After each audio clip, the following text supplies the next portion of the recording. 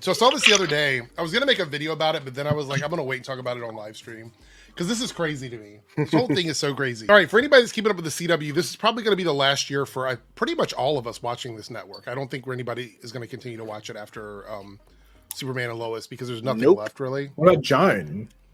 No. Well, that'll end before Superman and Lois does. What about is it Wranglers? Is that the show? I saw it advertised. Oh, that reality. Yeah, no. Is it Wranglers? Actually, when we were watching that the other night, we were sitting there and all of us were like, well, except for me because I knew it was a thing. They were like, "What the fuck show is that?" And I'm like, "Yeah, it's like we're not going to be watching that show." It's the same thing.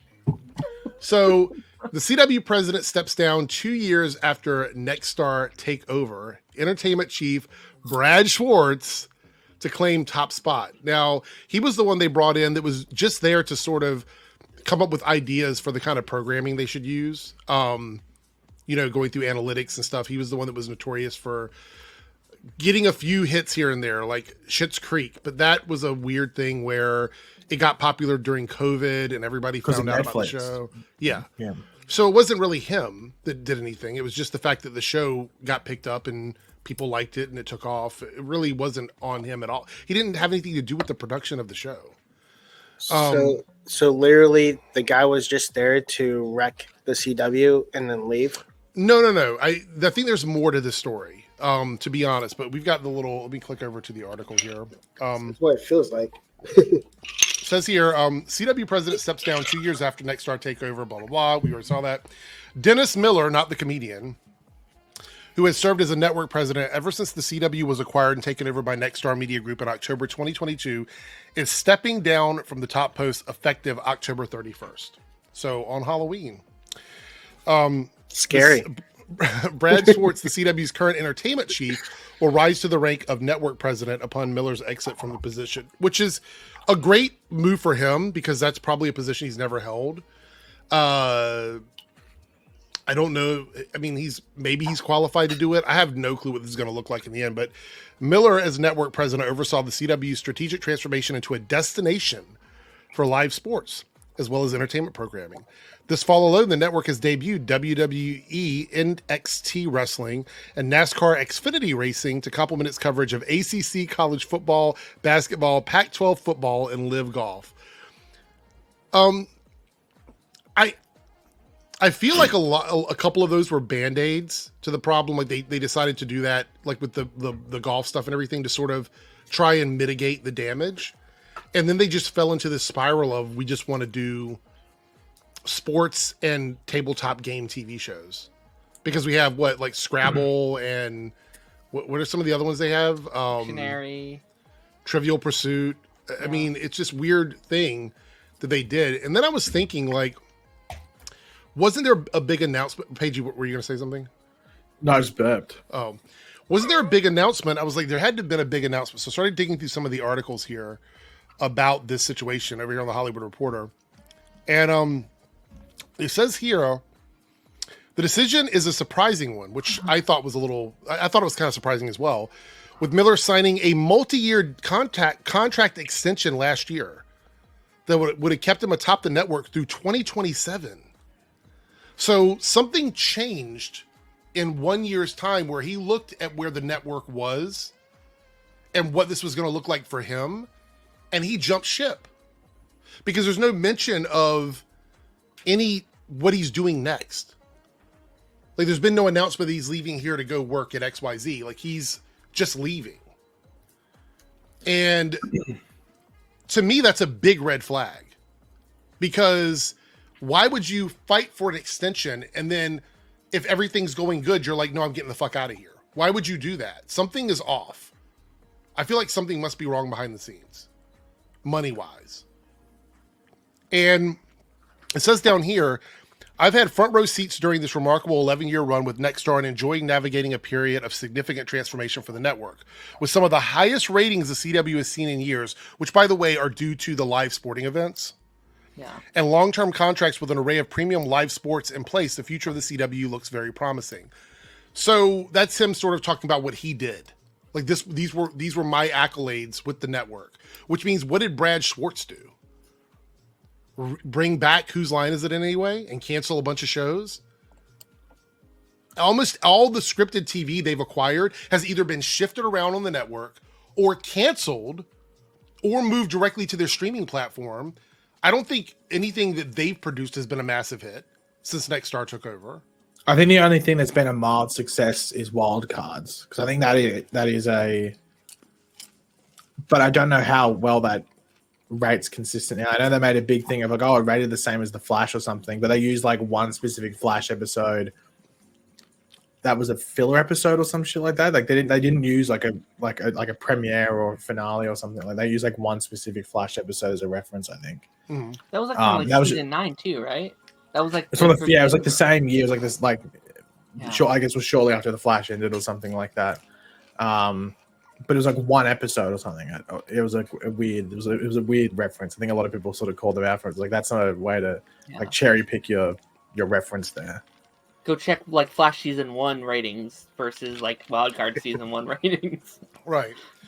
So earlier this year, Brad Schwartz did an interview with Hollywood Reporter, and this is what he said. And I think this is interesting.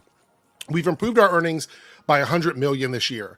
I think we've improved our earnings by over 200 million. I think we've improved our earnings by over 200 million in 2 years. So this team is really hitting on all cylinders. We've had 3 consecutive quarters of ratings growth, and we're doing it more efficiently, and we're doing it with a smaller team. So you have to understand that is a big reason why. Yeah. They got rid of a chunk of people, a lot of people. Not to mention they got rid of their in-house team for producing. Like that team was gone. Anything that wasn't reality TV was out the door. So all of that stuff they kicked them out. It's kind of us against the Titans. We're the underdog, and it's going really well. So I think if we continue on this track and we play a little Moneyball, which, by the way, Moneyball means looking at analytics and Paige, you've seen the movie Moneyball, right? You know what that is. It's also a movie that's sort of been, that whole system has sort of been debunked in regards to... It doesn't work. Yeah, like they try to specify that thing, but I mean, by the way, that team that movie was based off just got shifted out of the place that they went because no one was going to games, and the legacy is not that great with that whole system. Basically it's a way of looking at numbers and analytics to try and build the best possible strategy, and it just doesn't work when it comes to stuff like this. They think it does. Obviously it's not working because they've had to move things around since he's been there. That doesn't make a lot of sense. But again, this was earlier in the year, so this isn't now. This was in the past. Play a little Moneyball and really put good content on the air, do it efficiently, and keep growing our ratings. And now we've added, an incredible amount of sports, 500 hours of sports from zero. It's all kind of pushing us in the right direction. Why do they want to be ESPN when there's a million ESPN channels? I don't totally understand that. I mean, yes, you're making money from brand deals and things like that, but the channel isn't really it's basically a sports channel now. Superman and Lois is on a sports network, essentially. I just want to remind everybody that these are the shows that were canceled when they took over. Yeah. Initially, this was the first block of shows that were gone. Legends of Tomorrow, Dynasty, Charmed, Legacies, In the Dark, Roswell, Nancy Drew, Walker, Batwoman, Kung Fu, Stargirl, 4400, Naomi, Tom Swift, Walker Independence, The Winchesters, and Gotham Knights all wiped out. Yeah. I would also like to point out, like, Naomi was chosen over, maybe it was Gotham Knights that was chosen over really intriguing TV shows. And it's so weird to like buy a company or buy a network that is known for its franchises, is known for having these dedicated fan bases. I assume that was the interest as far as like, oh, people have this massive following over here. They're a small following, but they're a dedicated one. And then like you have things like Winchesters and the Arrowverse and even stuff like Walker, I feel like had such dedicated fan bases, and now it's just like, well, and it wasn't like the numbers were bad. Stuff like the Walker and Winchesters were both well received. So, I think the CW shows would have done so much better with just better promotion. Like, I think if more people just knew they existed, they would have done. Like, I think Winchesters was one I was always so shocked about that it didn't do better because it's like it's a spinoff to one of the most popular shows in the world. I thought people would be thrilled to watch it. I straight up think most Supernatural fans don't know it even exists. Like, I think people just don't know it even happened. I also I think the C. Go ahead, 3. I'm sorry. I also think that they purposely did not promote any of these shows because they wanted to cancel them. Remember when Nexstar said buying the CW would lead to more DC shows? Yeah, that was a lie. Also, I think that the beauty of the CW, it was running in debt for a reason. And the reason why, and we've gone over this so many times, is the CW as a network was never intended to generate profit for anybody. It was meant to be a platform for deal brands, like moving stuff to Netflix, moving stuff to Hulu, moving stuff to Max. That was what the intention was for the CW. Yeah. So that's why we had the $1 billion deal with Arrow and Flash back, you know, when Netflix picked them up and DC or Warner Brothers made $1 billion off of that. And also, I actually think that the net benefit for the CW was people started watching the shows live after they binged them on Netflix. So you got this bump in an audience from watching it on Netflix to live television. And even if they didn't watch it live, you're still getting the money from Netflix for the people that are watching it as a binge.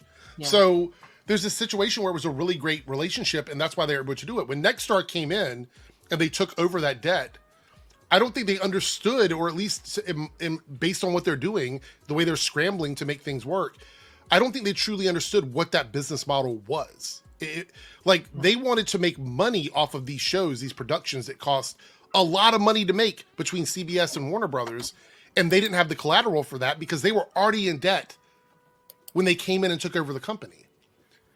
And now they got all these sporting events. It's almost like they didn't even want this network.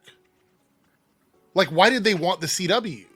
Why would you take this network? What would be the purpose? You could have created your own network with Nexstar and just made it a live sports network if that's what you wanted to do. I don't understand why they would take over the CW and destroy their fan base completely. I mean, it just seems weird. It's like taking over somebody's YouTube channel because it's got a bunch of subscribers and changing all the content. Yeah. Those subscribers don't mean anything at that point. So they wanted that name recognition, and I feel like the name recognition wasn't even that good. Like obviously it had a lot of popular fans, but when people hear CW, they don't think, "Oh, I love that network." It's oh, that's the thing I used to watch when I was 12 that sometimes didn't make the best content. Right. Like there wasn't, yeah, you're right. There isn't really a benefit to it. You may as well start over, make your own name for yourself for a network that makes good content, that puts out good. Because you're going to get bad press from people like us that loved what it was. You're not going to get good press from us. We're not going to be like, yay, sports, more sports. Right. Nothing on the network said sports. The closest thing we had was All American. And that was about a sporting show. It was about kids in sports. So, yeah. No surprise, I guess. But yeah, I mean, I don't see a good reason for doing this because all the value in the CW, as far as I can tell, was in the shows, was in the IP. And if you don't own the IP, if these aren't your shows, you've lost all that value.